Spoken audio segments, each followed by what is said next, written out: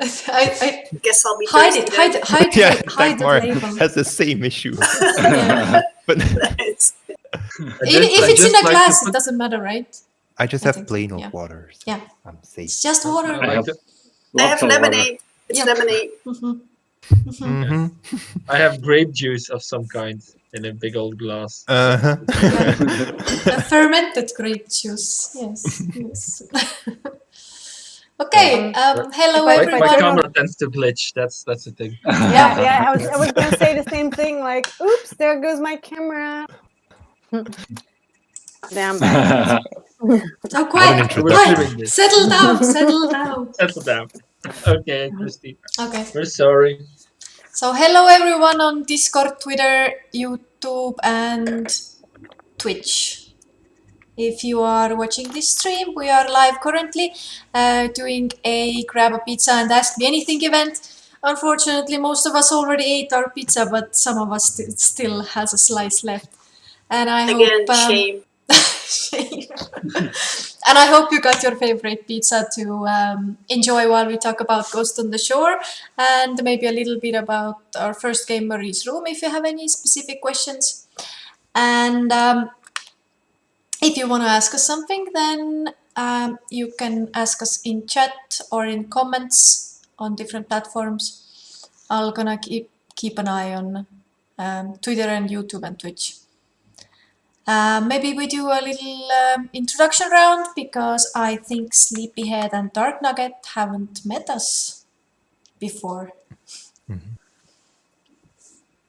So Should I start? I'll start. yeah. Hi. I'm Kenny. I'm co-founder and creative director at Like Charlie. So I mainly take care of the art, the visual stuff, and together with Stephen, some project management as well. And Stephen. And I'm Dagmar, the other co-founder. I'm the narrative designer and writer. Some creative directing, and I do the business management too. But I'd like to think of myself as the writer, the storyteller. All those hats. So many. I am Dries. I am, I guess, the audio engineer. I make sure everything makes a sound, and everywhere you look, it has a sound. I'm also a programmer, so I tend to do cool stuff with audio and programming. In the future, I tend to do a lot more programming, so it's going to be exciting. Yeah, Dries is joining us full-time real soon. Yeah. In a month, about a month. Yeah, in a month. Yes. Even less. Right. Within a month. Awesome. Yeah. Yeah. All right. I'm Stephen. I'm not. I'm freelance.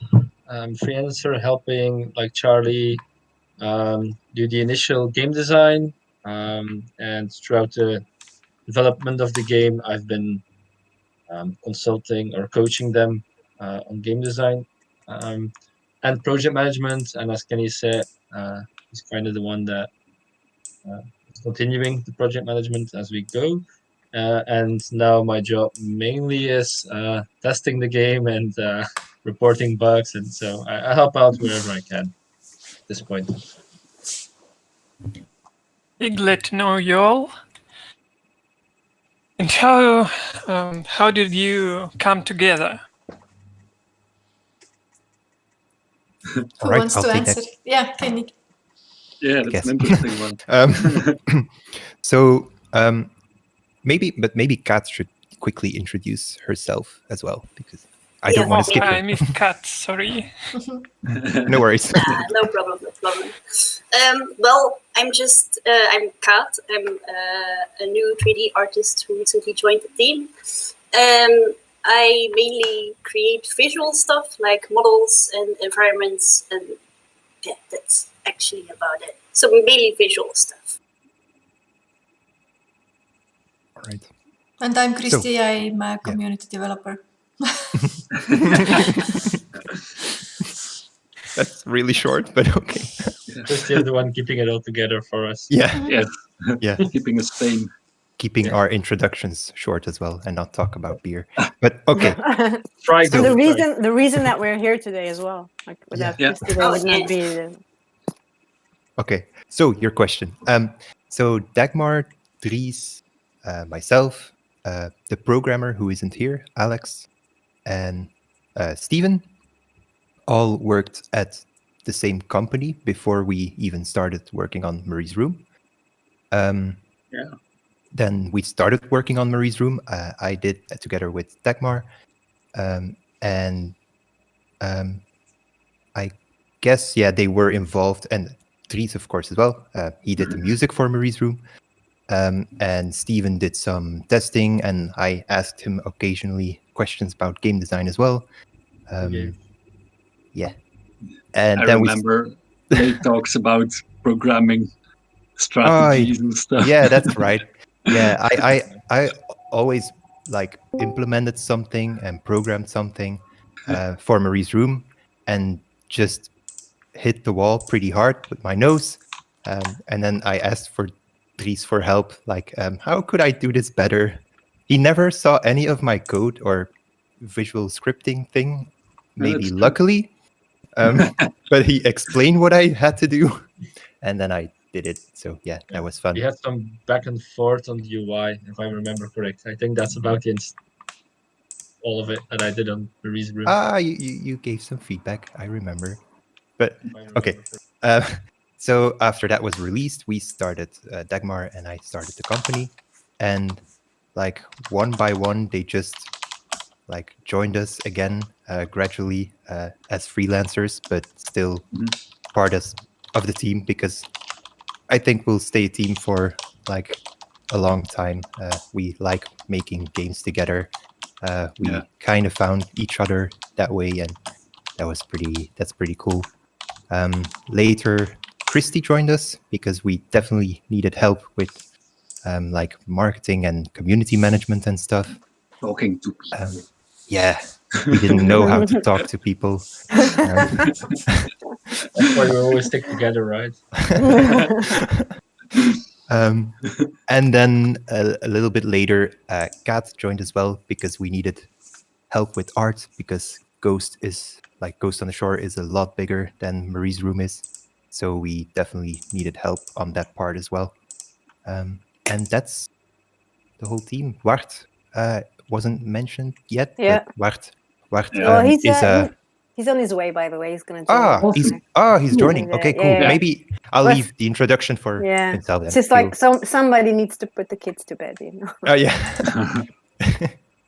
Yeah. Okay. So Wart is Dagmar's husband. So that's the context there. But he'll introduce himself maybe. But yeah, that's about it, I guess. Good times. Good times. Good times. I think we can also start with one of the most popular questions we get anywhere is what inspired Ghost on the Shore? But first, let me say hi to the Wolf Detective. Hello. Hello, welcome. Very welcome. Okay, take it away. What inspired Ghost on the Shore? I think that's going to be a question for me to answer. So after we decided that we weren't done telling stories, Kenny and I, and that we were going to make another game, we had to do some brainstorming about, okay, what is this game going to be about? What are we going to do?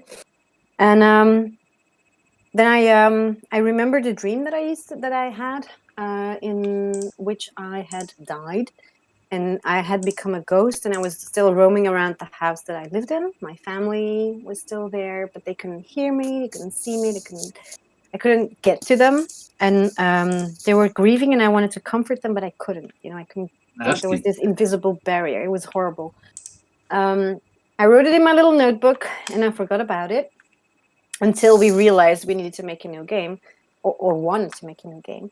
And then I saw the trailer for the film Jamie Marks is Dead, and the tagline to that trailer or the film was how far would you go to be remembered? And I love that line so much because it's I love it when stories start from emotions. like with Marie's room, it was about hunger and the embarrassment about it. Like embarrassment is such a strong feeling, and it can drive you to extreme measures. You know, like what can it make you do? How far will you go? And you know, can it ruin relationships? Is there a way back from it? And for Ghost on the Shore, it became about being remembered. In the first place, being seen. And then when you're seen, you want it to last as long as possible. So what will you do to not be forgotten? How far will you go? And then I conceived a story around it, you know, with the character Riley and Josh. And then I pitched it to Kenny. And when he was on board, and we started fully developing the whole story and the whole scene. And we asked the other people to join our team and to think of the concept. And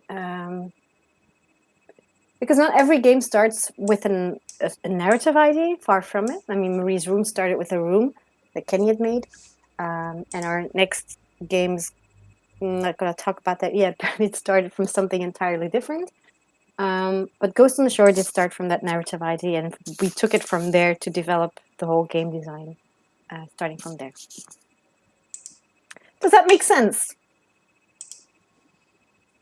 Yeah. It does to me. does. Yeah. I've heard the stories a few times now. Well, I didn't. To be honest, this is the first time that I hear about it. But I think it's to pick up on it. I think it's amazing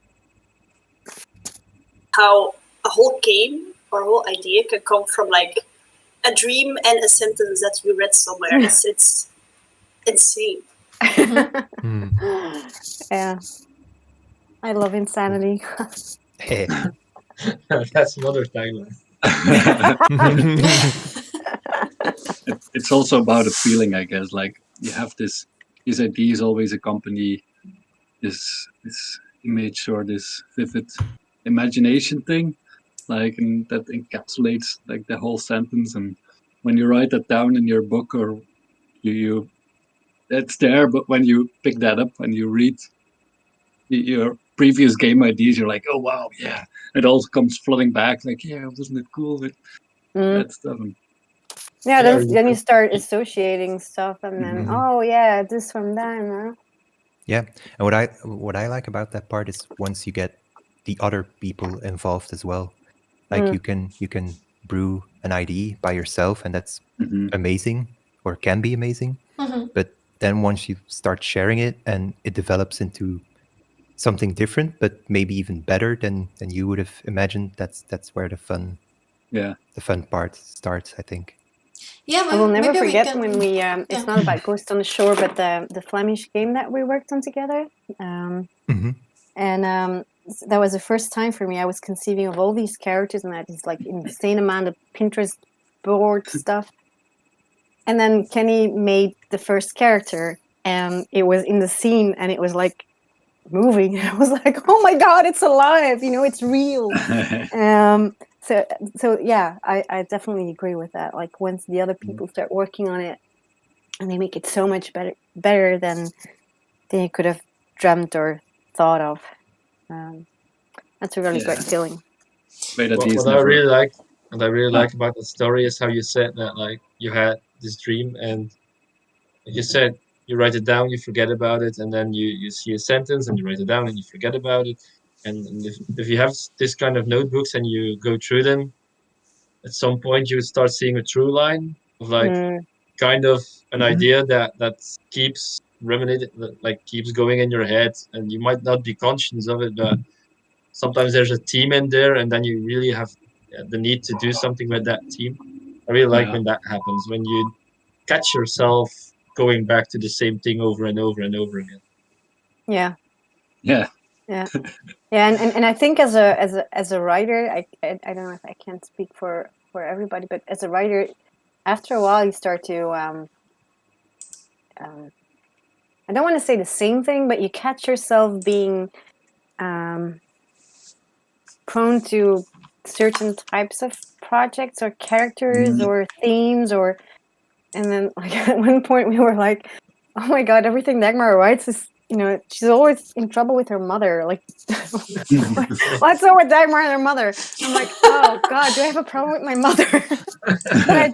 but I don't. Like, then I talked to a writer friend, and she was like, no, Dagmar, we want our characters to be alone. And when you want a character to be alone, the first thing you do is you take away the mother, and then the character is alone.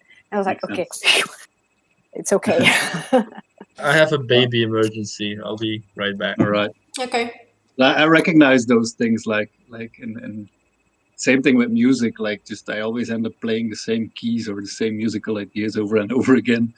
It's just, I don't know, it just gravitates towards that.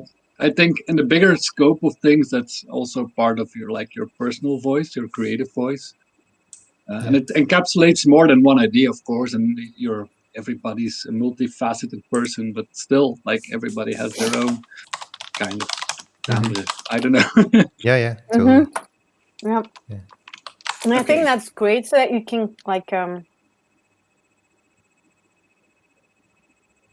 I think the stories that we want to tell, I mean, me in stories, Kenny, the way that he shapes it visually, and then Dries now, even Steven. I forgot what I wanted to say. Oh yeah, we feel the same kind of stories, and I feel like I can't explain it, but I feel like you can discern a like Charlie story from it's different because of who we are and how we tell stories together. And I'm not saying there's not other people out there who also could tell or make like Charlie games, but I just love how that is such a thing that you can't grasp. It's like it's something that's alive, and we get to work with it, but it's not really ours or something. That's true. Yeah, because each and we're team member really fortunate. adds something to it, which I wanted to emphasize. Like, of course, Dagmar and Kenny is the main driving force behind the story and the artistic side and everything. But Kat has put a little something of her own story in the game. I don't have a specific thing, but I feel like I have a lot of that I can give feedback, and this feedback has sometimes been useful, or some ideas have been implemented. Christy, you're making sure that the biggest part of the game is there. You're taking care of the community. Oh yeah, you're taking care of the players. So what's more important than that? Oh yeah, and of course, and our players have helped us out a lot as well. They have named Riley's boat. They have done some handwritings for secret notes they can find. And then don't forget Abby. Yeah, the slogan. We have a really great slogan. Which I don't know if I think Dark Nugget, the artist name as well, and the Wolf Detective are new, so you don't know. We have a coffee cup in the game with a cute little piggy logo on it, and we needed a slogan, so we asked our community to think of funny, cute slogans, and the winner was "You'll be bacon for more." So that was really fun, and we really love that. So I think, and we're gonna try to continue that. If we have something we're missing, then we'll find a way to give the community an opportunity to leave a little mark of themselves in the game.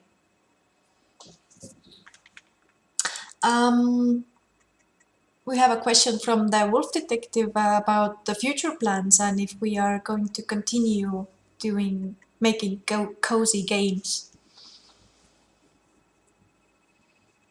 Yeah. I actually like that he says that, because that is actually very important for Charlie games, is the environment. But maybe I should let Kenny talk about that. Oh, you mean about our dynamic we have? Or? Yeah. Yeah. We're doing the same with Ghost, but it started with Marie, I guess. We just didn't realize it back then. But I had created this very cozy, nice and warm room where players wanted to stay and feel comfortable. And then Dagmar came into the picture, and she wrote this devastating story, and pretty harsh and brutal story almost. I can't help it. I'm sorry. People died. But it's mother issues, right? But only the mother issues. But it worked. Like it worked. It captivated players, and the dynamic of being somewhere you feel at home, and then you get punched in the gut by the heart-wrenching story. It kind of worked, and we're trying or doing our best with Ghost as well to do the same or have the same kind of vibe to it, like the islands where you want to wander around, get lost in them, and just take in the scenery, but at the same time feeling that there's something wrong and that there happened some things in the past that you would rather not know, maybe. But that's part of the identity of Like Charlie as well, I think. Mm-hmm. And having that together with the music as well, because we're investing a lot in sound design and music as well. But maybe Dries should talk about that a little more. Hello. Yeah. Well, we do our best to kind of accommodate that vibe very much, and we it's the same thing with trying to make our own thing, do our own mark with it. But especially for Marie's Room, we were very, very close together in what we wanted. You actually came to me like, I want specific music for Marie's Room, and I know you can help me with that. And I'm not sure what you're gonna do, but I'm sure it will be good. So we had these kind of sessions, and we worked together on does this work? How does this sound? Is this the feeling of the room or the persons in it? And I don't know. Especially for Marie's Room, we were very much focused on very authentic, close-up acoustic sounds to make it feel warm, like the wood and the strings and the real feel of being close to a cozy musician doing his thing. We tried to carry that over, and I guess that really worked. About the coziness itself, I think that's something we've come back to and we keep finding important. Like, even when we're talking about design and stuff, we come back to that because like some of our inspirations come from all over the place, like what kind of music we listen to. But I mentioned this before to Kenny, like I'm also kind of fond of like these great illustrated children's books where you come back to and it's just nice to open that book and just be there again and be in that space. And that's something I think we like to carry with us. Yeah, and that's something that players really appreciate is the beautiful environment because they just like being there. And I think for the story, this is something that I keep saying because I really believe it's true. Is that if you want to tell, like if you take Marie's Room for example, it's about kids in high school being hungry and there's horrible things happening because of it. If you know you're going to play a game about children being hungry, and you know it's going to be horrible, and you kind of like brace for impact because I'm going to play a serious game. It's like you watch a serious movie, like I have to pay attention and I have to like be careful because it's going to be horrible. And whereas if you're in this beautiful environment and you're cozy and like, oh, this is nice, this is beautiful, wow, I like being here, and then bam, because then you relax and then I can tell my story. Because if you brace for impact, there's nothing I can do. The story's not going to come in. It's going to stay out there because people are like, I'm not going to get hurt. I'm not going to let it in. And that's what formidable first. We soften them up and then. And you want to hurt them so much. It's our passion, our goal. Yeah. No, it makes sense what you're saying. Yeah. It's all about emotional storytelling, right? You want your player to feel something. I feel that is something like people would want to play like Charlie games, is to feel something. Maybe something they haven't felt before even, you know? Yeah. I like that particular word, cozy. I think Ghost on the Shore is definitely something very different in Marie's Room in terms of coziness. Like it's not that small, beautiful environment or cozy environment, but it's still a place that you want to be, or at least we try to not be a horrible place, or like it's a beautiful island. The rogues are beautiful. Stuff went down there. And then that's Mhm. Yeah, there we do really a lot of work. We try hard to really make it each scene a place to be with the sound, with the visuals. Like we try to make these little vignettes, these little places where you can chill out. At least that's what I try to do. I just walk around in it, and I'm like, could use more bird here. Exactly. Or a little bit of wind or something like that. if you do this too much, you're going to start doing that in real life, like just walking around. Oh, this could use more bird. Yeah, I actually fall into that trap. Like walk around in the city and just stand still, listening to whatever's going on in the city. Like, there's a lot more bass here than I thought there would be. But I feel we diverted the question just a little Yeah. bit. So will there be more cozy games? Yes. I'm not sure how much we can tell, but yeah, simple answer, yes. So yeah. We love doing this. So. We have started the preparations for the third game, but we cannot say anything about that yet. But he's very excited about it. But we intend to keep going. That's I think that's the main message. We're not done yet. Yeah. Yeah. And Impact. speaking about the aesthetics, we have been working on some new footage that will be coming out soon. We're working on a new trailer, and we wanted to show you a little sneak peek of some of the footage, not the whole trailer, of course, but you will see. Let me see if I can share my screen with you. Exciting. I don't think I've seen this footage. You haven't? Oh, you have to.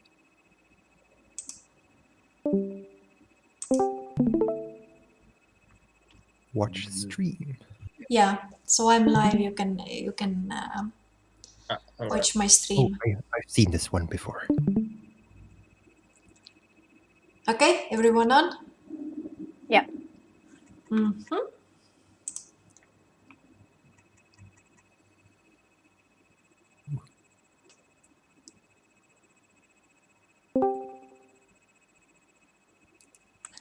Okay.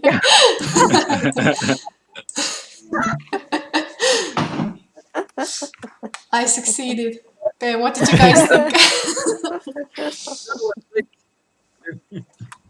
Oh, Wart is here. Hi there. Yes. Hi. Hello. Hey, Rod.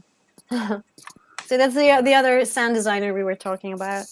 Yeah, maybe you can introduce yourself a little bit, Wart. Well, yeah, my camera doesn't work. Ah, I think. we- Okay, do it audio. Hello, I'm Wart. I'm one part of the audio designing audio stuff team together with Treason. Hi there. Wait. Yeah, camera on. Oh God. There we go. We get the face and everything. Yeah. Yeah, I'm a sound guy, not a video guy. Okay. That's about it, I think. Yeah. Awesome. All right. Welcome. Yeah. Thank you. Grab a pizza and Join it. awesome. I'll get my last slice as well. I got a pizza roll. Oh, thank you, Wolf Detective. That's really nice. He likes the ruins and atmosphere. It's like aftermath of a rain. Mm-hmm. I don't think I know that one. I'll have to look that one up. Put it on the list. Yeah, we got another question, it seems. Right. Fate1R, don't know how to pronounce that, but is Marie's Room a complete story already? Are you guys considering a new prequel, sequel, or DLC to the universe? That's a really interesting one. But for now, I would say no. It's like we finished up that story. We are really grateful that we could tell that story. I think I can speak for the whole team in that part. But we feel that it's like we can do other things, maybe even better things. So we would like to keep that Marie's Room to only that one game. And it will always be a special game to us. It's the one that started everything for the company and for us as a team. And so, yeah, that's about it. Yep, it's done. I also have a question from an earlier question from social media that somebody once asked, that is Marie's Room and Ghost on the Shore in the same universe? They No, could that's be. interesting. For the record now. Yeah, it's not intended to be, but it could be. Yeah, there's even some like little Easter eggs you will notice. Oh yeah. That's true. When you play. That's true. Wouldn't say it's necessarily in the same universe, but indeed it could be. But there's some references you'll find. So That's true. I hadn't thought of that. Okay. Time. So the new footage, we've actually been working on some areas you guys haven't seen at all, and we actually haven't talked about the geographics of the areas in the game at all. So maybe Dagmar, you can tell us more about the islands, because there's actually more than one island. Yeah, there's 3. We went from 1 room to 3 islands. I don't know why we did that. Yes, the Rogue Islands. So they're not a real place. They're like, but they are inspired by real places. Like there's some Iceland in there. There's some Norway, some Poland, a bit of the US, and I think a lot of Scotland. Because I went when I started writing it. I mean, Riley, the lead character, she's all alone on the island. She's like isolated. It's just her on 3 islands, and I didn't know how that felt. So I applied for this residency, on the Isle of Eigg, an island in the Scottish Hebrides. And I got accepted because, I just wanted to be in this little, oh God, what is that called again? Like a shepherd's hut, something. And you could stay there for a week. There's no internet, there's no phone, there's nothing. It's just you and a view of the ocean, which is awesome. And it was an experience. And a lot of those experiences and the conversations I had with the people, the islanders, a lot of that, and my research there, because there was a little archive and a school and stuff, and a lot of that found its way into the writing and onto the island, the Rogue Islands. So that's where the inspiration came from, and within the story, the Rogue Islands are almost like a character. Like they bore witness to so many things and so many people and so many events, and they kind of like they're like brimming with stories, and they want those stories to be uncovered, to be found, and that is why Riley's there. Why she's drawn to the islands. So and that's why soundscape is also like the sound effects that Dries and Bart do are so important, because you feel like the islands really want to tell you something. Something happened here. But it's up to the player to uncover what happened. Yeah, that's like the same as we did in Marie, but we're doing now in Ghost again. Is like you have the player as a character, but the most important character in our game is almost always the space you're in. Like it's full of story, and more, maybe even more than the characters we put in our games, because they've witnessed it all, the islands. So that's what we're doing with the environmental storytelling and everything you find there. It's all about the environment, almost. So can we show them something we've been working on? On the dark rogue. Ah, okay, yeah. Sorry, I was reading the next question.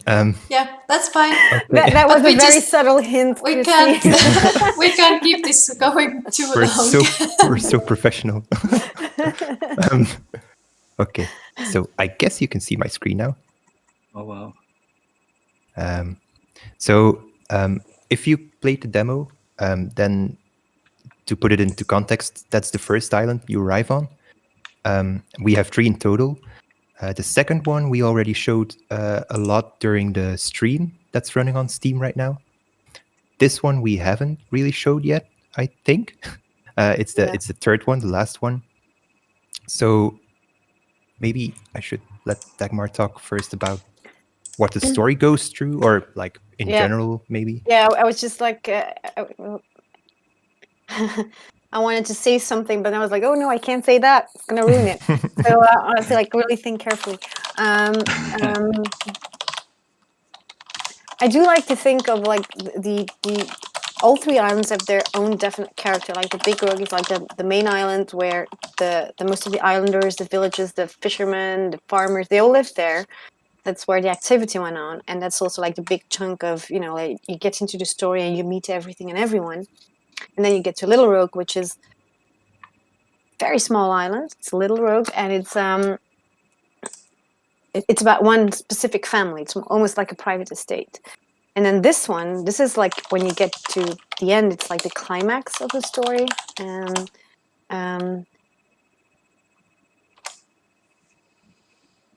it is the darkest place of all. Yeah, Dark Rogue.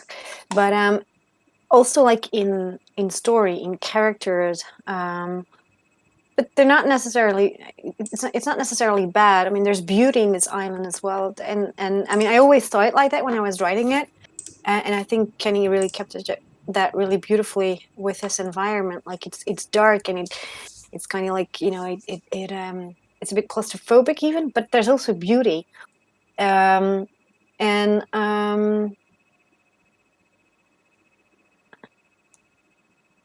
I can't say that. I'm sorry. I wanted to say something like, a lot of the mysteries will be uncovered here, you know, like the biggest answers will be found here. Yeah. Yeah, this is really hard. Yeah, I could show more of the island as well, but I don't want to spoil everything just yet. Yeah. But like this is nice. This image or this view is like a very good indication. Definitely, if you've seen the other islands, what it's compared to, like it's a lot darker, it's more gripping, and I'm not only talking visually then, but also everything we do story-wise, and also definitely music, sound, scape-wise. It will be pretty different than the first 2 islands, I would say. I think this is the third one is the different one of the bunch. What I really like about the writing, and I won't spoil anything, of course, of the islands, is that they're very different, but there's some kind of synergy between all 3 of them, and they kind of need each other to be effective. Like the rogues are one whole, and yes, they're different, but they also have a lot of similarities, and they are interconnected in some interesting ways. And I really like how Kenny approached that as well, that there's parts of this island that feel very different, but it's still the rogues, it's still reminiscent of the earlier islands. So, and Little Rogue is like that as well. It's more similar than this, but it does have its own flavor again. I really like that. Yeah, and what Steven is saying is very true. It's on a very like geographical level, and like you know, society level, like how the villages function, what they do, how they survive, how they live, how they make money, how they lose money, what practices they will resort to survive, etc., etc. But also on a more psychological, symbolic level, like when you get from big rogue, you go to little rogue, which we call the heart. There's a song called "The Heart of Little Rogue," and then you. The deeper you dive or delve into the story, into the characters, the deeper you go, and the more you get to the darkness, and the darkness needs some light, and that is what this island represents. Kind of reminds me. It was never my intention or our intention, but it reminds me of Heart of Darkness from Joseph Conrad, or like Apocalypse Now, where you go into the jungle, and the deeper you get, the more gruesome it all gets until you get to the dark heart of the story, and kind of feels the same way here. And it happened in a very natural way because we didn't conceive of it like that. It just happened. Mm-hmm. It's also harking back to the idea of islands being like characters, or the Yeah. environments being characters, almost like brothers or something. Yeah. I like it. Yeah. And our players have Yeah. been really drawn to the art style, and I have a question for Kenny, that how did you arrive at this art style? Because this is very different from Marie's room. Yeah, and fun fact, I started out with Marie's room. I didn't want to venture too far from what I did there. But of course, we changed engine in the meantime, and it's way bigger, like the space is way bigger, so I had to make some sacrifices there as well. But those were kind of challenges to find other ways to do the same thing. So I basically started out from Marie's room, like stylized. I never really want to go too realistic. I'm just more drawn to stylized art. And what I had as a huge inspiration was Manet, like the Impressionist painters, like making your image with like blotches of color, not really blending super realistically or anything. Just like have an impression of the landscape you're building. And that was something that I kept in mind. It kind of changed as well over time. Like if I saw some proof of concept we did 2 years ago, I think now. And it was surprising, to say the least, to see where we came from, or where I came from visually. It quite evolved over time as well. So it's all pretty natural and organic always, the things I do. Maybe that's weird to say, but I don't really have a clear view of where I'm going to end up all the time. But it just evolves over time and gets influenced by also story and music, definitely. I influence myself a lot on music, not only the music that gets created for the game, but also like soundtrack music that I put together, like a playlist for the game, just to get into a certain mood, and then it just evolves.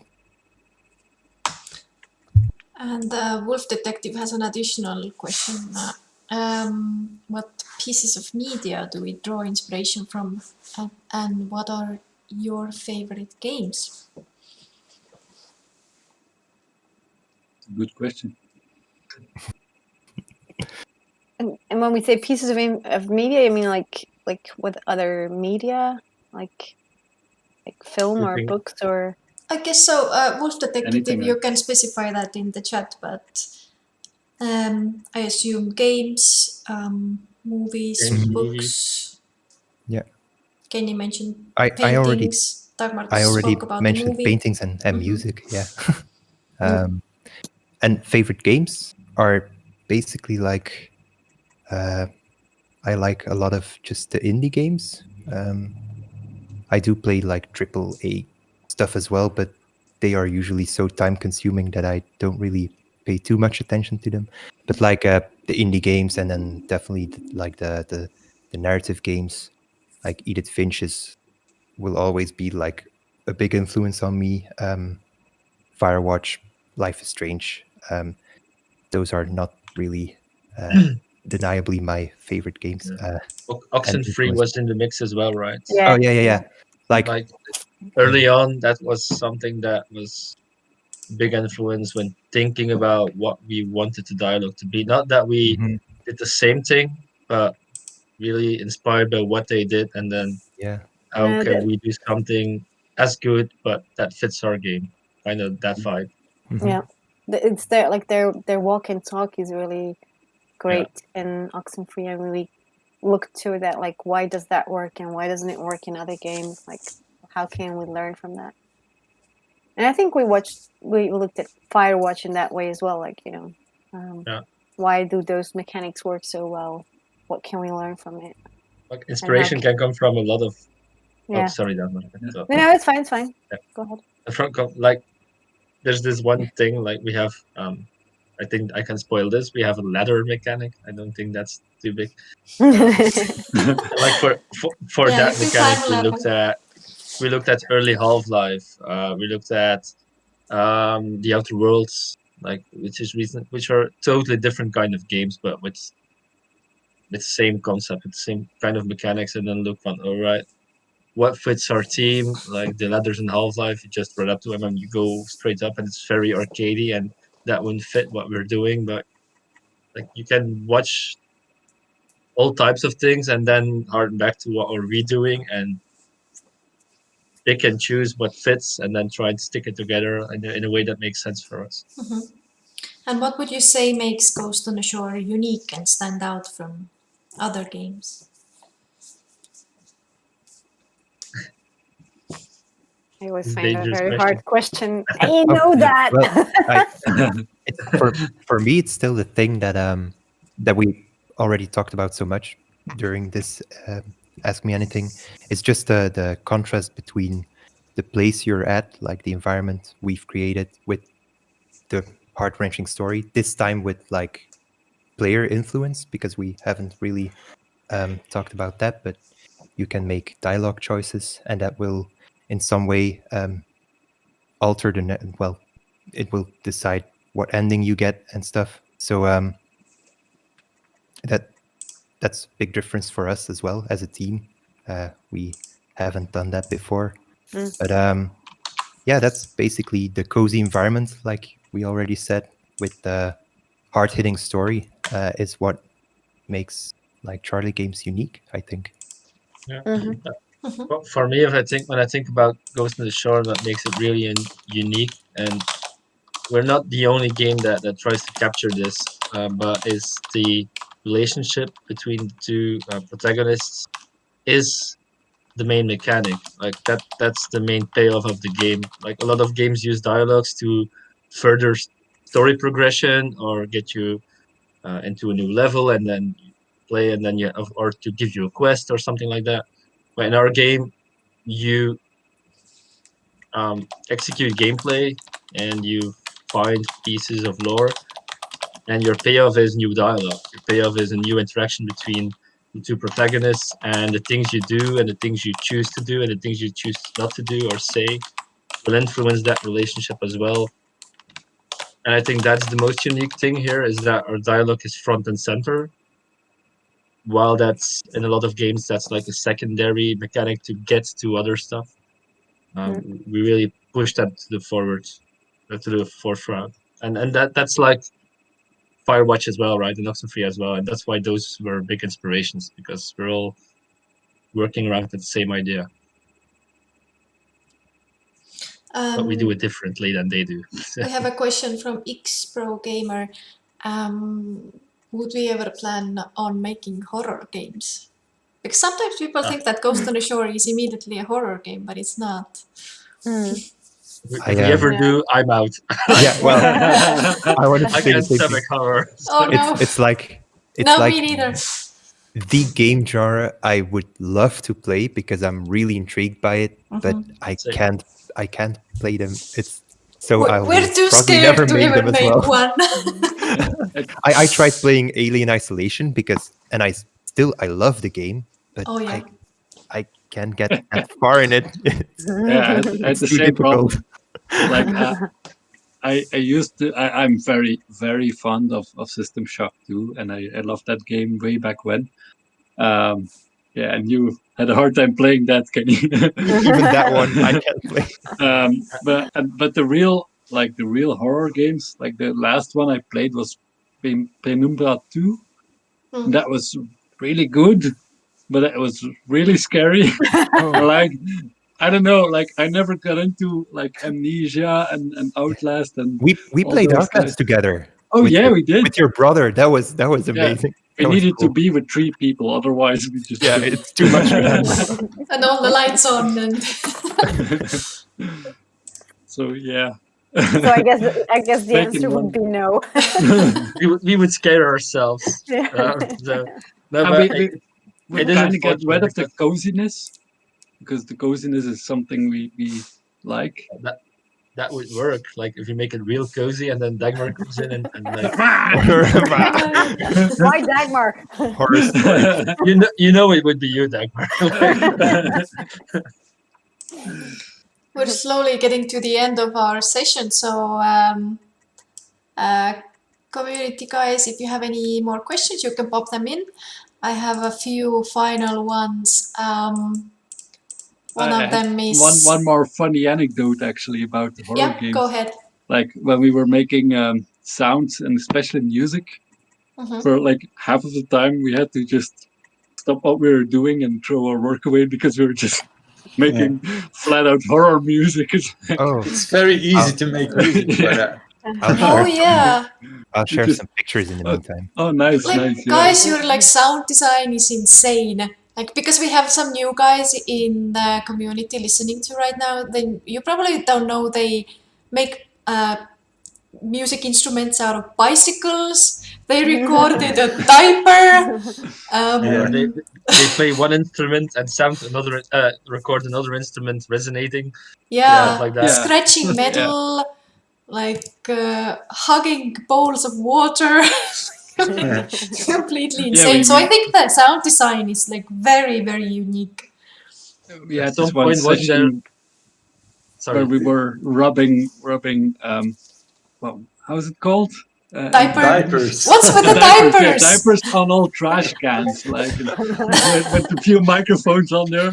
It was It was like- interesting. Yeah, it was like half an hour, super intense diaper rubbing. Yeah. We had At one this point- idea. We had this idea of making like a soundtrack and like music and stuff, and then make like textures underneath it to give it like so we made like a whole bunch of textures. We did it with bubble wrap, with a cardboard and a diaper, but yeah, it sounded like vinyl crack of a Yeah. vinyl record. So Really nice. afterward, we didn't really use it in the soundtrack, but I used it for a hip hop band.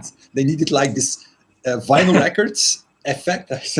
I got the thing. Oh. So we used that diaper for that. Do they know it's a That was diaper interesting. sound? Sorry? Do they know it's a diaper sound? No, I didn't tell them. The great thing was there was actually about 10 minutes where we had to like master the art of diaper rubbing, like really get in there and make it Yeah. musical. you That ruined. wasn't easy. Oh, I think he's it was gone. gonna say you were ruling the diapers. Wasn't there like a moment that there was a watermelon involved or a teddy bear to like yeah. record sounds like it was going through a head? Yeah, Oh that yeah, was yeah. we were Sorry? trying to do the. I think what is how The you call it? binaural effect, yeah. Well, Yeah. Mark It was is a frozen binaural up. effect, yeah. So But we I had don't have pictures of Yeah. We tried. yeah, so we tried to have the voice actor instead of like talking to a microphone, we had him talk to a watermelon with microphones on it.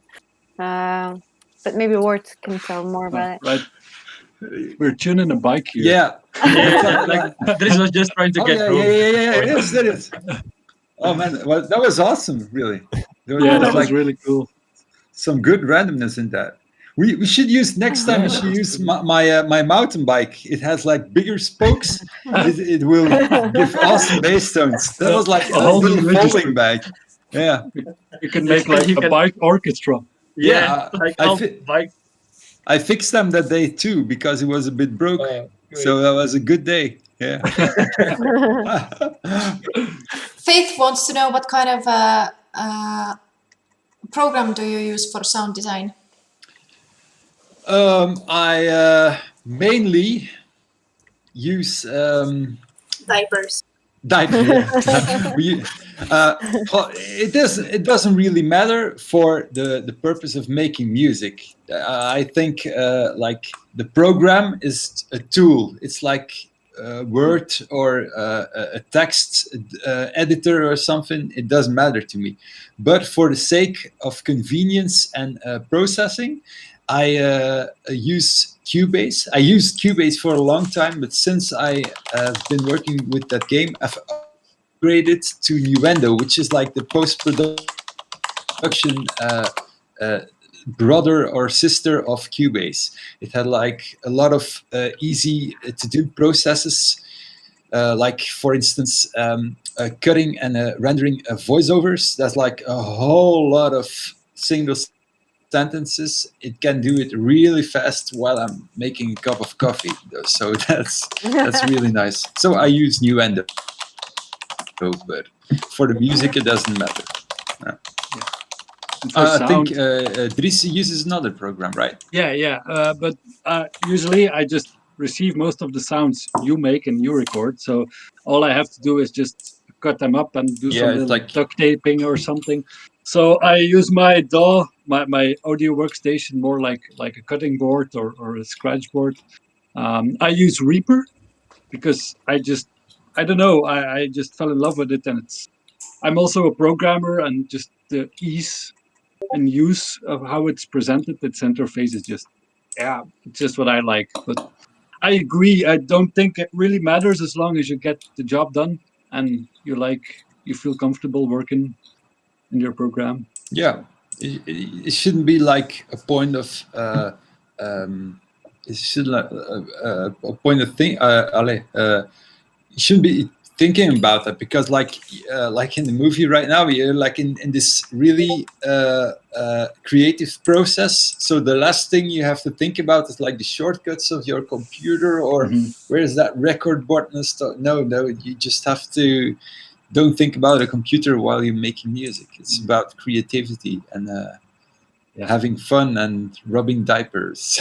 Yes. I love that piano, by the way. Yeah. Yeah. In the end of the day, it's about having fun and rubbing diapers. Yeah. Yes, that's like the rubbing diapers on trash cans. Yeah, that's a beautiful sentiment to end it. That's gonna be our tagline for now on. Yeah. Oh no. Oh, we have one other question though. Yeah, we have two What do you actually. want players? Oh, Yeah, sorry. one from YouTube. We have 5 people in YouTube also. YouTube. And, Hi, YouTube. Hi YouTube. Hi, YouTube. I almost forgot.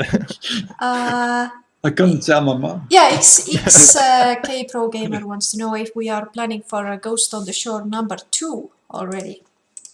Oh. Depends how well it does. I think it's the same answer as Marie's Room. I think Yeah. once we finish up a game, we just want to do other better things with different settings or a different setting. I think that's important to all of us, just to keep ourselves fresh on edge and like A different setting and a different story, different characters, just something different. And Not to mention how hard a sequel is, like at any rate. Yeah. Mhm.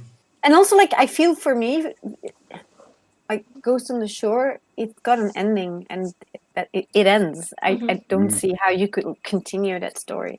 Mhm. It's done. Just like Marie, it's done. And to add to that, exactly. Dark Nugget would like to know, what do you want players to think of you after finishing the game? That we like diapers.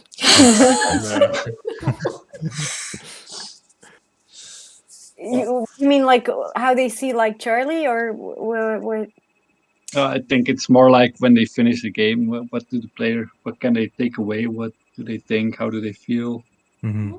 Well, the Something question like was, what do you want them to think of you? Yeah, of you. Well, I think if they need to think anything of us, I think that's that important what they think of us. It's all about the game, but Mhm. if they do think something about us, I hope it is that we've put our heart and soul into the game and that it shows. And that's the most important thing to me. That all of the hard work shows and that the players see that we really care not only about the game but also about their experience. And I think that's. And I hope they what I also would say. experience that we are good storytellers.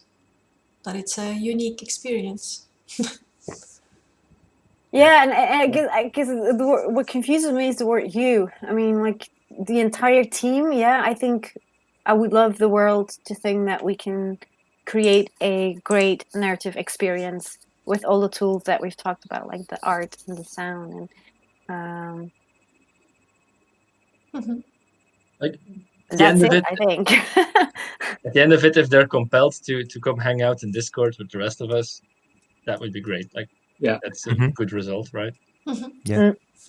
And also, that the team we have, we're really fortunate that we found each other, I think, because we understand each other really well. We complement each other really well. And I hope that shows as well when you're hanging out with us, that we're just a bunch of friends, basically, making games, and hopefully good games.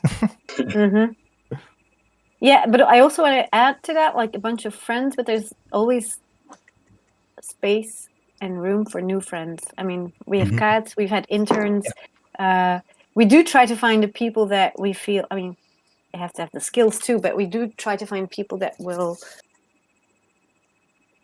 inspire us and complete our team even more, I guess. And that they feel like Charlie.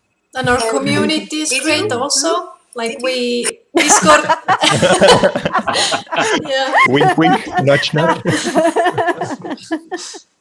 Yeah, I wanted to say that the community is awesome also. Discord is pretty new, but we already have so many people and some great conversations and people are contributing to the game. So that's great. Yeah, that's true. It keeps us going, I think. Among other things. It's true. I mean, it's happened so many times. Like the other day, I was writing an application form for something, and I needed information. And Christy was like, "Oh, I'm just going to ask, our community. They'll know." And they did. They knew. They helped us along. Yeah. And I have two final questions. One of them is a very funny, weird question. One of them is an actual question. So first question: do you believe in ghosts?